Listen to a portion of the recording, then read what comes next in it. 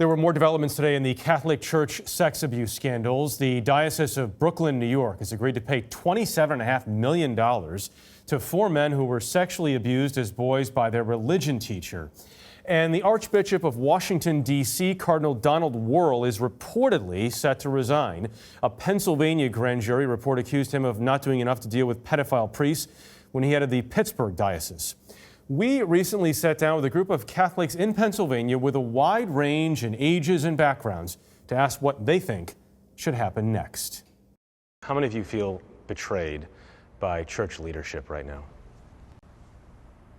So all 6. Wouldn't you be angry if you were really a great priest and these people were like hurting your livelihood? I don't see that anger anywhere. I would be angry if I had given up my life for the church and taken all these vows and this was my calling from God.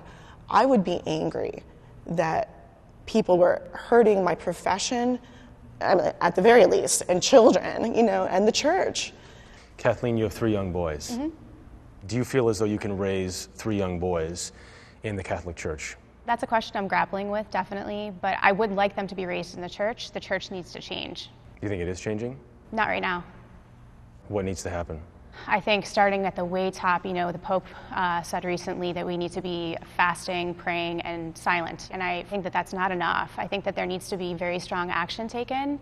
It needs to happen immediately, and it needs to start at the top. Rochelle, when you saw the headlines come out from the grand jury report, what was your reaction? I was heartbroken, devastated, just really viscerally sick. Are you leaving the church? No. It's interesting that this was so difficult for you to process and hit you so hard, but you're firm that there's no way you're leaving. I find that church helped me to think about what the good life meant for me and gave me a real hope. And that's very, very difficult to walk away from. Jim, your thoughts? I think that the Catholic Church is at a crossroads in its life, and the Catholic Church has to step up to the fact that the leadership is flawed. We have to waive the statute of limitation on pedophile priests and put them in jail in order to correct the problem that exists in the Catholic Church. I feel like people have said this before, though, that the Catholic Church is at a crossroads, whether it was after Boston and what happened in Massachusetts. But I think it's going to change now. Sandra, you think that's true? I'm hoping it's true. Actually, I just came back to the church after a 30-year lapse, and I thought I found a safe space, and I started trusting the church again, and then all of a sudden I hear this, and I lost my trust. I already had my faith shaken, and I already spent a good deal of time trying to marry my religion with the morals I hoped I would see in the church. Are you staying? Are you leaving? I just haven't been able to get my heart into it. And with this latest scandal, I feel like it might be the heartbreak I needed to finally just move. To just throw out the baby with the bathwater, that's my worry that this scandal has caused. And it was caused by us. It was caused by our leadership. I think that the Catholic Church has got to break up the good old boy society that exists here, where it's very political. Everybody that gets promoted, and that's what they do, they get promoted, they're political. So how do you turn that around? Well, I think you got to let priests get married. You got to let women come into the church as pastors. That's step number 1, and you can do a little bit at a time. If the Catholic Church makes dramatic wholesale changes, is it still the Catholic Church? Every time we seem to have given up some of our core tenets, we've just declined. I don't think we're talking about changing the basic tenets of the Catholic Church when we talk about changing some of the leadership.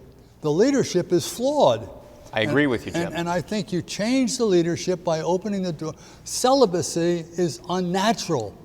Priests should get married. They shouldn't have to be locked in a room by themselves. Show of hands, how many of you believe priests should be allowed to marry? 3-3 split. I think, yes, the church needs to make changes. I don't agree with some of the changes that have been mentioned. I think they're too drastic. And I don't believe also that any of the tenets of the church the mission of the church is the problem. The mission of the church lies on the people, on the faithful. There has to be massive reform in the church right now. I do think that if priests were allowed to marry, and I think that if women were allowed to be priests, this would make a huge dent in what is going on right now. This kind of abuse and the clericalism has gone on for centuries, and I think that this needs to be addressed. Because of the rules, because fundamentally Yes, of the it's way the culture. church is set up. Absolutely. It's the current culture of the church. So priests are the be-all and end-all. Pope, be-all and end-all. Bishops, be-all and end-all. Cardinals. We don't question their authority. But part of this has always been typically that the church, I think in some cases, feels like it could handle these issues better than police or prosecutors or someone else, right? They've been told that they can feel that power, that they have that power, and someone needs to tell them that they don't, that the power is among us. I've had other Catholic mothers say that they wish they had been more outspoken. If the change is going to happen, it's going to be with us.